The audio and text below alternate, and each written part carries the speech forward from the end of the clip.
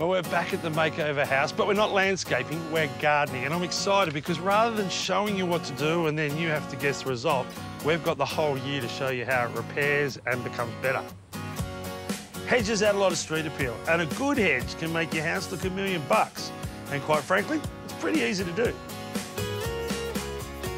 Now, the hedges I'm going to concentrate on are the biggest ones in this backyard, 2 different types of lily pillies. You've got Syzygium australis and Acmina smithii. And with these 2 different styles of hedges, you need to use 2 different styles of pruning. But don't worry, the basics are always the same. For lots of people, this is an absolute mystery. They don't know where to start or where they're finishing. So if you're nervous about it, just cut light and do it a few times until you get used to it. I go through, do the whole thing, sort of look down the line, see bits that are sticking out, and take them off. And you really can't get it wrong with something like a lily pilly. Once you've gained a bit of confidence, you can then shape the top with a hedge trimmer. And you can pick up something like this quite cheaply. That takes care of the Acmina. And for the Syzygium, this hedging is pretty much done with secateurs and loppers. But the good news is every branch you cut will encourage new growth. And that's what you want with a hedge.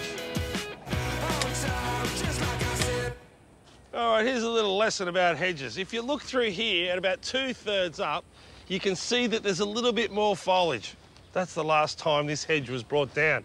So what I'm going to do is come in here just below where it's pruned last time and give it a haircut. So the new growth will go where that growth is. It'll be a manageable height. So pruning a big hedge and cutting it back hard leaves you with one big problem. Lots and lots of green waste.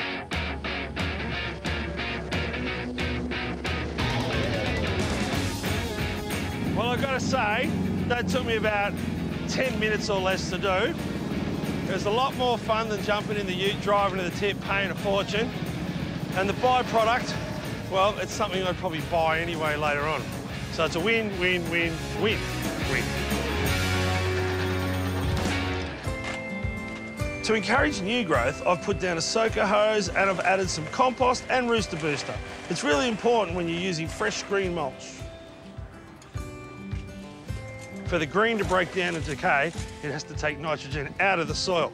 So if you've got plants in your garden where they're sort of going yellow from the base up, it means you need to add a little bit of nitrogen. But these guys, probably getting the first love since the day they were planted. The truth is, we could probably have left these hedges, not mentioned it, and when we did all the big expensive stuff, you wouldn't have even noticed it. But the reality is, this little makeover could be one of the best things we do all year because it'll be lush and green and healthy, making everything look happy. And it took us only a little bit of time. We got free mulch out of it, and it's just a rewarding job. And the best thing about it was I finished it, never had to get off the ground, and I've still got all 10 fingers. Grow, my little lovelies, grow!